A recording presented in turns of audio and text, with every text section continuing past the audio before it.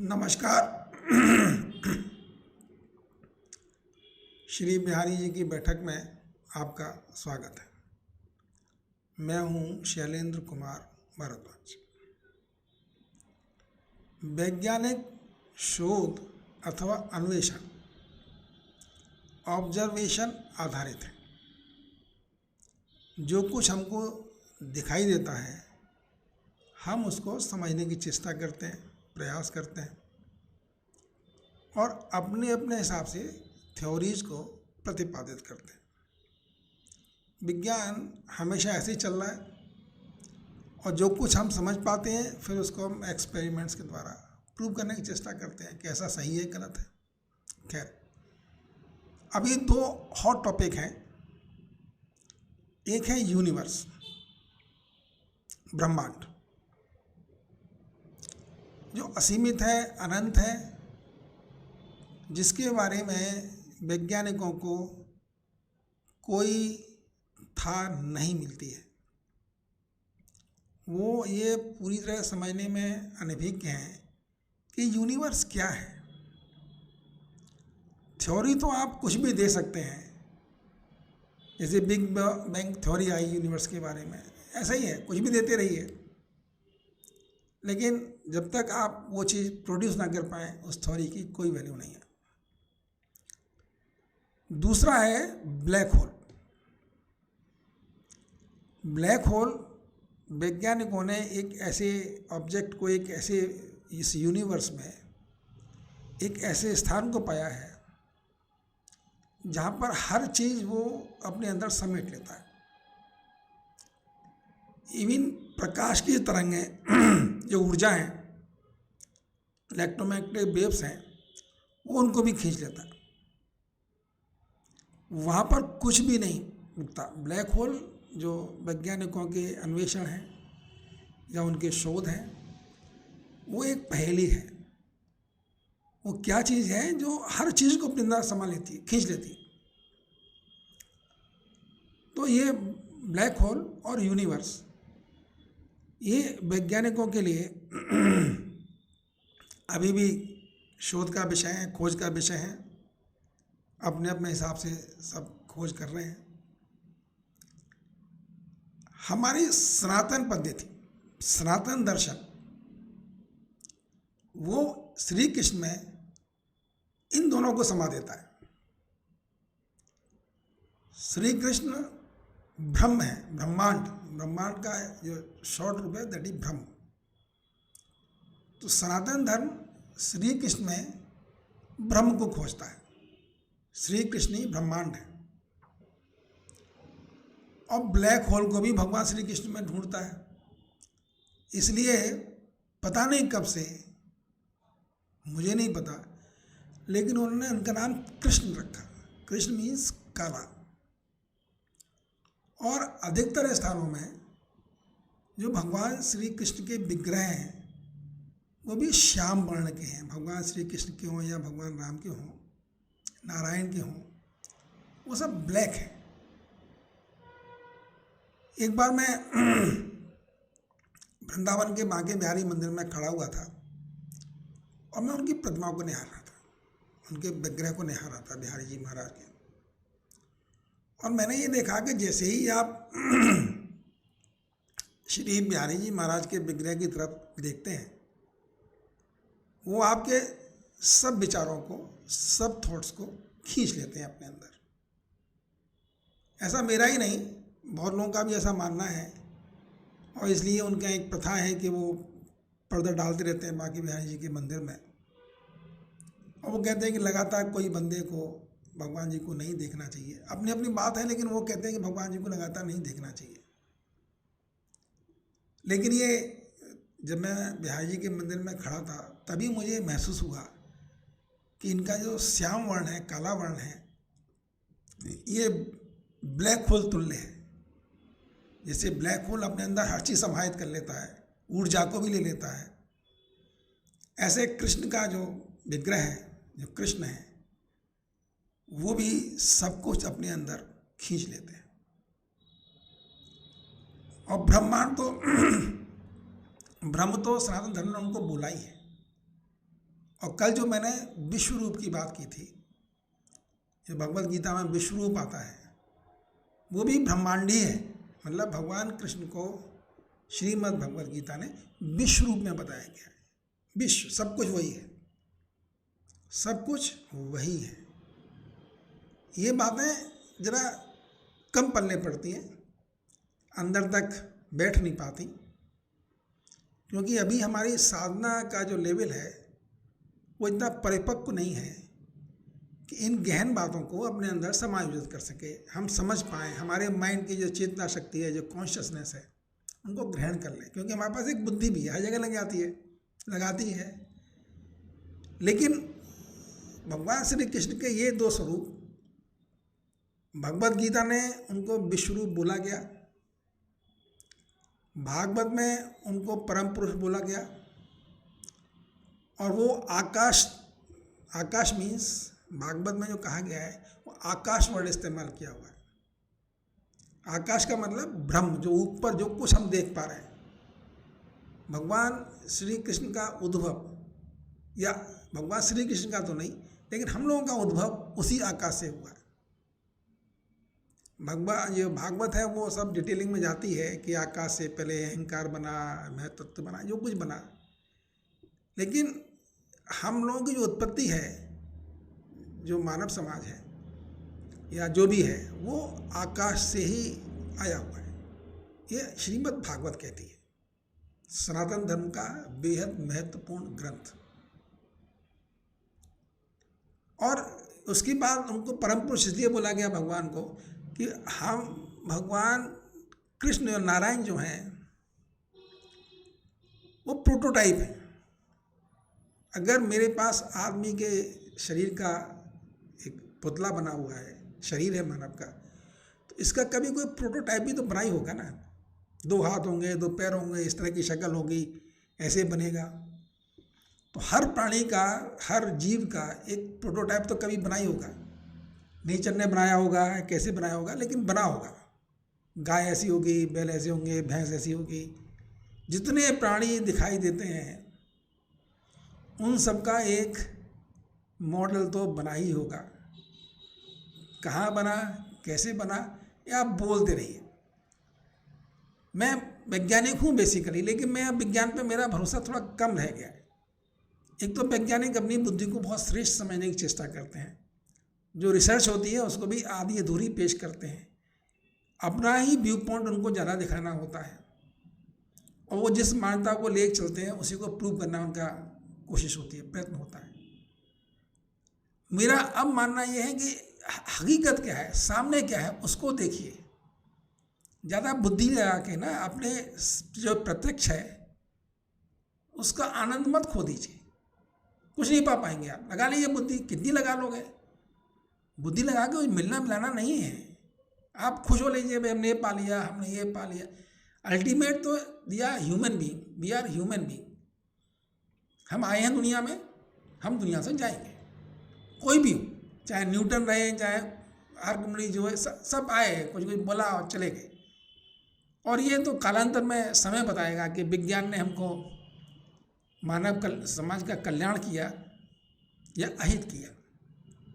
इतने युद्ध हैं, इतने एटम बम बने हुए हैं, बम बने हुए हैं, मिसाइल्स बनी हुई हैं, सब विनाश के साधन हैं। विज्ञान का उपयोग तब तक है जब तक वो विनाश में इस्तेमाल होती है। सुख देने के लिए हमें विज्ञान की आवश्यकता नहीं है। अगर मैं हैप्पी रहना चाहता हूँ तो विज्ञान मुझे हैप्पी नहीं कर सकते, और विज्ञान जो हैप्पी भी करेगी ना, बहुत थोड़ी देर के लिए करेगी। क्योंकि खुशी का असली साधन तो हमको विज्ञान बताता ही नहीं। अब वो एक नया हार्मोन बता दिया, हमारे माइंड में कौन सा एक केमिकल है वो पैदा होता है तो हम खुशी महसूस करते हैं। अरे भाई, वो केमिकल क्यों बताते हो? मुझे नाम उस समय याद नहीं आ रहा, प्रोनाउंसिएशन मेरा ठीक नहीं है, बट एक केमिकल है जो हमारे माइंड में जब निकलता है तो वी फील हैप्पी। कब तक इस केमिस्ट्री में, इस केमिकल्स में उलझे रहोगे? मुझे तो यूनिवर्स और ब्लैक होल देने के लिए कहीं जाने की ज़रूरत ही नहीं है। जब मैं कभी अपनी कोई भी आदमी जब अपनी आंखें बंद करे उसको क्या दिखाई देगा? कालापन। और अगर लाइट नहीं जल रही है बाहर तो उसको एकदम डार्कनेस दिखाई देगी। आंखें बंद करिए, पुतली बंद करिए, और जब आप बाहर देखेंगे तो एकदम ब्लैक दिखाई देगा, आपकी आंखों में एक ब्लैकपन दिखाई देगा। तो ब्लैक तो मुझे यही दिखाई दे रहा है, और लाइट भी वस्तु तो क्या है, अगर लाइट की भी हम फिजिक्स में ज़्यादा घुसें, और ब्लैक भी क्या है, कलर में चले जाएं, फिर फिजिक्स में चले जाएं,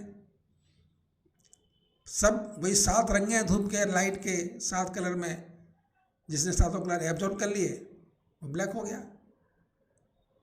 तो मेरी आंखें पुतली बंद करते ही जब मैं ध्यान अवस्था में कोई बंदा बैठे और वो देखे कि उसकी आंखों सामने क्या आ रहा है, और बेटर हो कि नाइट हो, मतलब अंधेरा, रात का कालापन हो, लाइट ना जली हो, तो आप पाएंगे कितना कालापन है।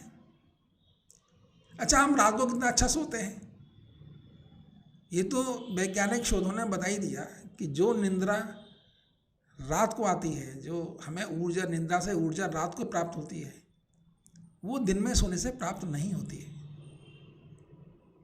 अब इसके सब स्पिरिचुअल मीनिंग है, विज्ञान का पास उसका कोई सॉल्यूशन नहीं है, उसने तो भटका दिया है हम लोगों को, इस मेटेरियलिस्टिक वर्ल्ड में हम भटक गए हैं। अन्यथा रात सोने के लिए बनी है, जब सूर्य चला जाता है, अंधेरा हो जाता है, तब हमको जो नींद आती है, जो निंद्रा हमको प्राप्त होती है, वो हमको स्फूर्ति और शक्ति प्रदान करती है। रात को ना सोने का मतलब हमारे अंदर कई तरह की बीमारियों का जन्म ले लेना। और ये मेरे पास कोई बात मैं कह नहीं पाता, लेकिन रात को जब हम सोते हैं तो ऐसे ब्लैक कण, एक बार मैंने कहीं पढ़ा था, कोई ब्लैक पार्टिकल्स आते हैं। अब ब्लैक पार्टिकल्स के बारे में मेरे पास बहुत नॉलेज नहीं है, लेकिन ये मुझे एक बार कहीं में न्यूज़ आइटम था कि इंडिया ने अभी कोई एक लैब बनाई है ज़मीन के नीचे, जहाँ पर वो ब्लैक पार्टिकल्स पर शोध करेंगे। लेकिन मेरा कहने का तात्पर्य है कि सब कुछ हम इंसान हैं और सब कुछ हमारे अंदर व्याप्त है। हम जितना बाहर भटकेंगे उतना हम भटकते चले जाएंगे। बाहर भटकने के बाद ना हम यूनिवर्स को जान पाएंगे और ना ब्रह्म को, ब्लैक होल को जान पाएंगे। लेकिन जब अपने अंदर समझ आएंगे, अपने अंदर घुसेंगे, अपने अंदर को तलाश करेंगे, अपने अंतर्मन में जाएंगे, अपनी अंदर की जो रचना है उसको ध्यान देंगे, तो हमको यूनिवर्स का भी कारण नजर आ जाएगा, अब ब्लैक होल का कारण भी नजर आ जाएगा, क्योंकि जरूरत भी नहीं जाने की। मुझे ये जो क्यूरियोसिटी है ना, जो जिज्ञासा है, मैंने पहले कहा कि विज्ञान का जिज्ञासा क्या है, क्या करेंगे बताइए, क्या माया, एटम बम बना लिया, न्यूक्लियर बम बना लिया, वो हाइड्रोजन बम बना लिया, और भी मिसाइल बना ली, क्या इस्तेमाल है जी आपका, बताइए मुझे, कोई बता पाएगा कि हाइड्रोजन बम से हमें क्या फ़ायदा होने वाला है सिवाय विनाश के। प्रकृति को देखिए, प्रकृति को समझिए और प्रकृति का आनंद लीजिए। जो है इस क्षण मेरे सामने है, जो समय है, मुझे उसका आनंद लेने दीजिए, मुझे भटकाइए मत, क्योंकि ये सनातन धर्म ने हमको बता दिया है कि सब कुछ तो मेरे अंदर है भाई। ब्लैक होल मेरे अंदर है, यूनिवर्स मेरे अंदर है, ब्रह्म मेरे अंदर है। आप देखना सीखिए। आपको ना कोई एक्सपेरिमेंट करने की जरूरत है, ना कोई पैसा खर्च करने की जरूरत है, ना कहीं जाने की जरूरत है। आप जहाँ बैठ जाएंगे सब कुछ आपके पास पास होगा। और ये गहन विज्ञान है। ये जितनी बातें मैं अभी बोल पा रहा हूँ, वो मेरे काफ़ी दिन से बहुत सोचने समझने के बाद, एनालिसिस करने के बाद मुझे लगा कि यार ये सब तो सब सार्थक ही है। ये कितनी खूबसूरत बात है साधन धर्म की, जो हम लोग मिस कर देते हैं, जानने की चेष्टा ही नहीं करते। और बात मेरी नहीं है, मैं इसलिए बोलने का मतलब है कि आज की पीढ़ी, आज का युवा पीढ़ी कष्ट में है। हमारा जो नैसर्गिक सुख है वो हम नहीं उठा पा रहे हैं, जो प्रकृति प्रदत्त है हमको। प्रकृति हमारी माँ है, उसने हमको प्रसन्न रहने के लिए बहुत से साधन बनाए। हमारे अंतःकरण में, हमारे अंतरकोश में खुशी खुद बसती है। खुशी बाहर से कभी नहीं आ सकती, खुशी हमारे अंदर ही बसती है, प्रसन्नता हमारे अंदर ही बसती है। ने हमको फंसा दिया। दुनिया में जाओ, ये देखो वो देखो, भटको, वहाँ जाओ वहाँ जाओ। मेरा सिर्फ इतना कहना है कि आप सब कुछ करिए।